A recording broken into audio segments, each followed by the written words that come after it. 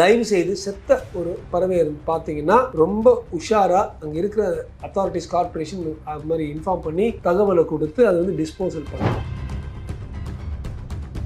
கோழி பண்ணைகளில் கோழி இறந்துருச்சு அப்படின்னு நீங்கள் சொன்னது போல் ஆழ்ந்த குழி தோண்டி புதைச்சிருங்கன்னு சொன்னது 74 டிகிரி சென்டிகிரேட்டுக்கு மேலே தான் நீங்கள் வந்து வேக வச்சு சாப்பிடணும். ஏன்னா அதுக்கு வேகாதுன்னு சொல்கிறார்ல. இப்போ இதை பற்றிலாம் சொல்லுங்கள். ரொம்ப நல்ல பாயிண்ட் முசாமில் நான் சொல்ல மறந்துட்டு நீங்கள் கரெக்டாக சொன்னீங்க. அதாவது இந்த முழுசா வெவிச்ச முட்டைக்கும் அரை வெவிச்ச முட்டைக்கும் ஃபுல் பாயில்டு ஹாஃப் பாயிலுக்கு என்ன வித்தியாசம்னா, பறவை காய்ச்சல் இருந்தால் ஹாஃப் பாயிலுக்கு ஒரு கும்பிடு போட்டு எல்லாரும் ஃபுல் பாயிலுக்கு வந்துடுங்க. ஏனென்றால்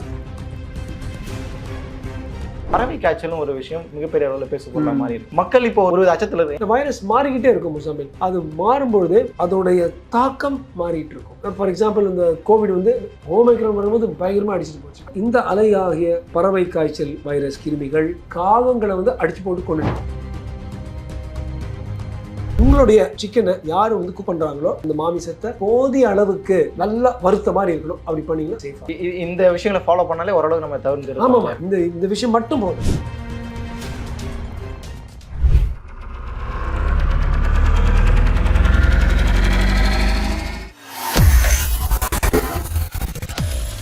வேலை வேண்டுமா?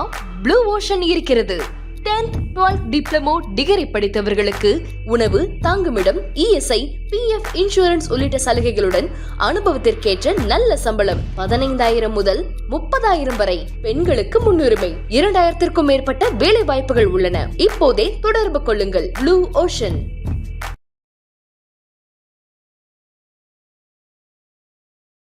ஐட்டமிழ் நேயர்களுக்கு வணக்கம். இன்று நேர்காணலில் நம்மோடு இணைந்திருக்கிறார் lifeline hospital chairman doctor Rajkumar அவர்கள். வணக்கம் சார். வணக்கம் முசாமில், நேயர்களுக்கு வணக்கம். தொடர்ச்சியாக நம்ம அரசியலும் பேசுகிறோம், அதே போல் சமூகம் சார்ந்த விஷயங்கள், மருத்துவம் பேசுகிறோம். மருத்துவத்திலிருந்து ஒரு முக்கியமான விஷயம் என்னன்னா, பறவை காய்ச்சலும் ஒரு விஷயம் மிகப்பெரிய அளவில் பேசப்படுற மாதிரி இருக்கு. அடையாறில் அந்த காகங்கள் கூட்டமாக செத்து கிடந்தது, அதை வந்து லேபுக்கு டெஸ்ட் பண்ண அனுப்பியிருக்கிறாங்க சார். மக்கள் இப்போ ஒரு அச்சத்தில் இருக்கு. ஏன்னா இப்போ தமிழ்நாடு ஆந்திரா பார்டர்லையும் இதே மாதிரி ஒரு சம்பவம் நடந்திருக்கு. அதையும் டெஸ்ட் பண்ண சொல்லியிருக்கிறாங்க. பறவை காய்ச்சல்னா என்ன, எப்படி அது வருது, மக்கள் எப்படி பாதுகாப்பாக இருக்கணும், அதை பற்றி நிச்சயமா. ஸோ இது வந்து மக்கள் எல்லாம் கொஞ்சம் உஷாராக இருக்க வேண்டிய ஒரு தருணம். இது வரைக்கும் தமிழ்நாடுல இப்போ பறவை காய்ச்சல் இல்லை. அதாவது அந்த ஆக்சுவலாக அந்த காய்ச்சல் வந்து ஒரு பேஷண்ட்டுக்கு வந்து அவங்க இறந்து போனது கோவிட் மாதிரி இல்லை. ஆனால் எப்போ திடீர்னு வந்து ஒரு 10,000 பேருக்கு வரும்னு யாராலையும் சொல்ல முடியாது. இதுவும் உண்மை. ஸோ நம்ம எல்லாரும் எப்பவுமே என்ன பண்ணுவோம், ஒரு விஷயம் வந்துட்டு அப்புறம் திடீர்னு எல்லாரும் மாஸ்க் போட்டு இந்த கோவிட் மாதிரி போயிடுவோம்.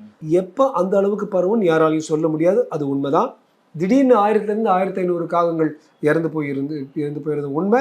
அதை எடுத்து ஆய்வு பண்ணி பார்த்தா அந்த சதைக்குள்ள ஒரு குறிப்பிட்ட ஒரு வைரஸ் கிருமி உள்ள இருக்கு. அந்த வைரஸ் கிருமி பேரு H5BN1.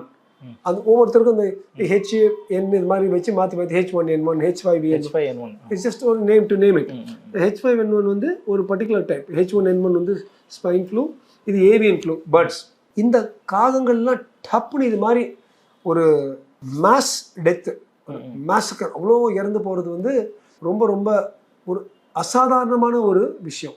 இது நமக்கு என்ன சொல்லுதுன்னா, அந்த வைரஸ் வந்து அந்த காகங்களுக்கு, இந்த வைரஸ் மாறிக்கிட்டே இருக்கும் முசாமில். அது மாறும்பொழுது அதோடைய தாக்கம் மாறிட்டு இருக்கும்.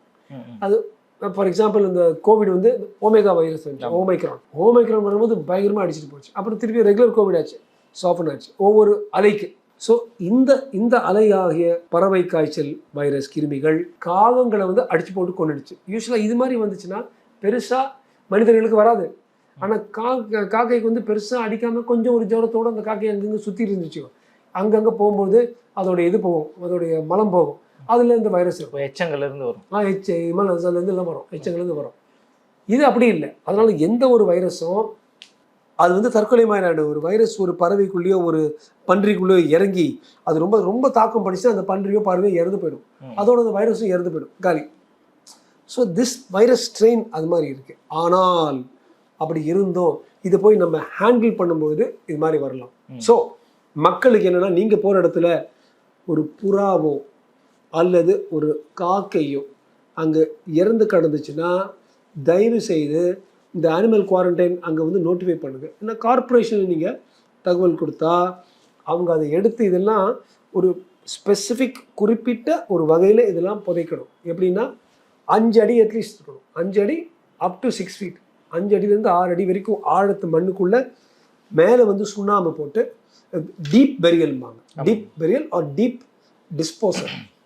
அது பண்ணாமல் அப்படியே எங்கேயும் விட்டால் பிரச்சனைகள் வரலாம். எப்படி பிரச்சனைகள்? ஒரு நாய் அதிர்ஷ்டம் தீங்கலாம், அந்த வைரஸ் வந்து நாய்க்குள்ளே ஏறிடும். அந்த நாய் போய் வீட்டில் ஒரு குழந்தையோட விளையாடலாம், அந்த குழந்தைக்கு வரும்.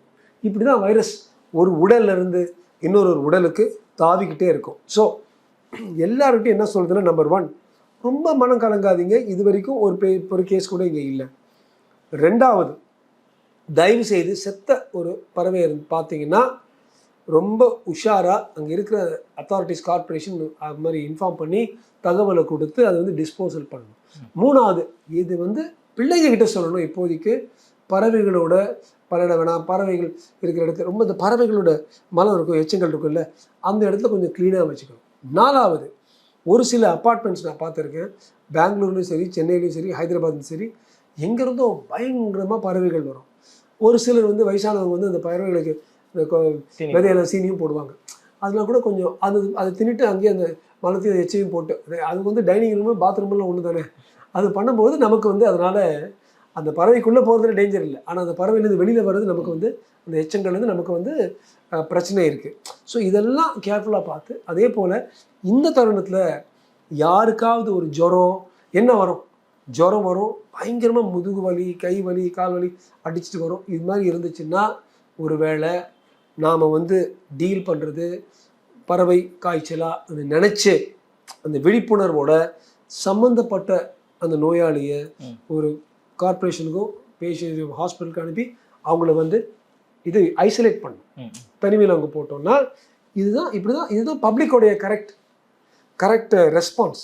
ஓகே, இதுவே ஒரு 2-3 வாரங்களுக்கு அப்புறம் அதெல்லாம் ஒன்றுமே இல்லை, வேறு எந்த காக்கையும் இல்லை, காகங்கள் ஒன்றும் இல்லை விட்டுருங்கன்னா, நீங்கள் ஒரு ஜுரத்தோட ஒரு பேஷண்ட் வந்து அந்த அளவுக்கு பயப்படுறதுக்கு தேவையில்லை. ஸோ நீங்கள் பயப்பட வேணாம். ஆனால் யாருக்காவது இப்போ ஜுரம் வந்துச்சுன்னா, இப்போ ஒரு மணி நேரத்துக்கு முன்னால் ரொம்ப தெரிஞ்சவங்க பயங்கரமான ஜுரம் அதோடு வந்தாங்க, அவங்கள வந்து அட்மிட் பண்ணி தனியாக வைங்க, எல்லா டெஸ்ட் எடுக்கும்போது இந்த இதுக்கும் அனுப்புங்கன்னு சொல்லியிருக்கிறோம்.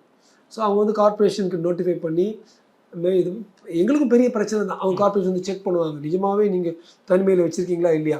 பட் இது வந்து நம்மளுடைய பொறுப்புகள்.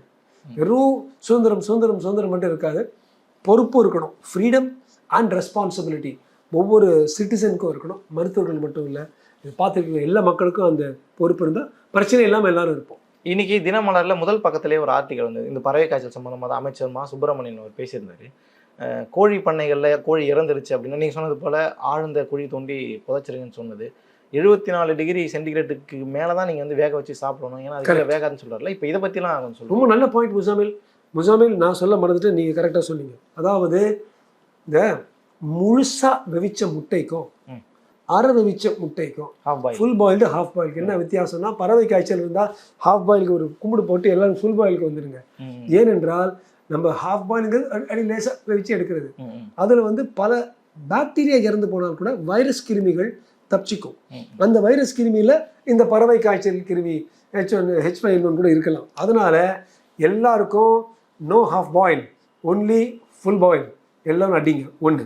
2வது, எங்கே நீங்கள் சிக்கன் சாப்பிட்டாலும் ஏதோ ஒரு விவேக் படத்தில் சிக்கன் நடித்து காக்காவதிமா அது மாதிரி எந்த இடத்துல நீங்கள் எல்லாம் சாப்பிட்டுருக்கேன்னு உஷாராக இருந்துட்டு போதிய அளவுக்கு நல்லா அவங்க வறுத்துருக்காங்களான்னு பாருங்கள். அண்டர் குக்ட் ஃபுட், போதிய அளவுக்கு வெவிக்காத, போதிய அளவுக்கு வறுக்காத எந்தவித ஒரு உணவு பண்டமாக இருந்தாலும் அதில் இருந்து இந்த வைரஸ் கிருமி நோய்கள் பரவுறதுக்கு வாய்ப்பு இருக்குது. பாக்டீரியா கிருமி வந்து சீக்கிரமாக இறந்து போயிடும், ஆனால் வைரஸ் கிருமி கொள்வது இன்னும் கொஞ்சம் கஷ்டம். ஸோ போதிய அளவுக்கு அது நல்லா வச்சதான் அது இறந்து போகும். ஸோ எல்லாருமே இது மாதிரி சின்ன சின்ன விஷயங்கள் ரொம்ப முக்கியம். அவர் மாசுபடு சொன்னது கரெக்ட் தான். ஹாஃப் பாயில் வேணால் go to full boil. Chicken நீ கொஞ்சம் பாருங்கள், எல்லாம் நான் பார்க்குறேன், எங்கே சிக்கன் பிரியாணினாலும் எவ்வளோ பெரிய க்யூ இருக்குது. ஓட்டிங்க்கு எவ்வளோ பெரிய க்யூ இருந்தால் ரொம்ப நல்லா இருக்கும். நம்ம ஆளுங்க ஓட்டிங்க்கு கொஞ்சம் வெயில் இருந்தால் வீட்டுக்கு போய் டிவி பார்ப்பாங்களே, ஆனால் பிரியாணிக்கு மட்டும் என்ன மாதிரி க்யூ இருக்குது. நான் டி நகரில் பார்த்துருக்கேன், மயிலாப்பூரில் பார்த்துருக்கேன், அண்ணா நகரில் அவ்வளோ பெரிய கூட்டம் தள்ளி அவ்வளோ பெரிய கூட்டம் இருந்தால் ஒன்று பிரியாணி இல்லைன்னா தாவேக்கு ஏதாவது அனௌன்ஸ்மெண்ட் பண்ணுவாங்க. இது எனக்கு தான் பெரிய கூட்டம் இன்னைக்கு இந்த காலத்தில். ஸோ தயவு செய்து கொஞ்சம் உஷாராக உங்களுடைய சிக்கனை யார் வந்து குக் பண்ணுறாங்களோ அந்த மாமிசத்தை போதிய அளவுக்கு நல்லா வருத்த மாதிரி இருக்கணும். அப்படி பண்ணிங்கன்னா சேஃபாக இருக்கும். இந்த விஷயங்களை ஃபாலோ பண்ணாலே ஓரளவு நம்ம தவிர்த்து. ஆமாம், இந்த விஷயம் மட்டும் போதும். பிள்ளைங்களை மட்டும் பத்திரமா இருக்கு சொல்லுங்கள். சரிங்க சார்.